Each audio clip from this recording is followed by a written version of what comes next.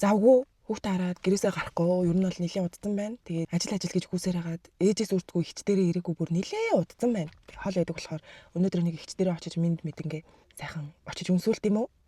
Ер нь бол намайг төрж явахад дандаа залбираал сууж идэг гэсэн. Тэгээд нэг юм юу болж ийн яаж ийн гэл байн залхаал тэгээ харангуй төр хийж аваас зулаа өргөөл залбираал сууж идэг байсан.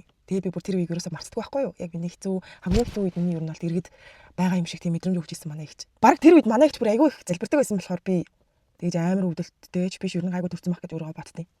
Ер нь залбирч хүчтэй шүү. Би саяхан ээж дээрээ 18 зулын тасаа авч утсан байхгүй юу? Тэгсэн чинь манай ээж миний охин ихч дээрээ бас энэ зулын тасаа аваад очиж их баярландаа ихч чинь дандаа л залбираад зул өргөө сууж идэв штэ та нарын төлөө гэхээр нь үнээрээ ихч дээрээ нэг очиж ойрд очиог мэн гэд хүрээд ирсэн. Гэхдээ тэгсэн нэрээ ороод ирсэн чинь манай ихч юу хийжсэн гэж. Өө сайн минь явчих.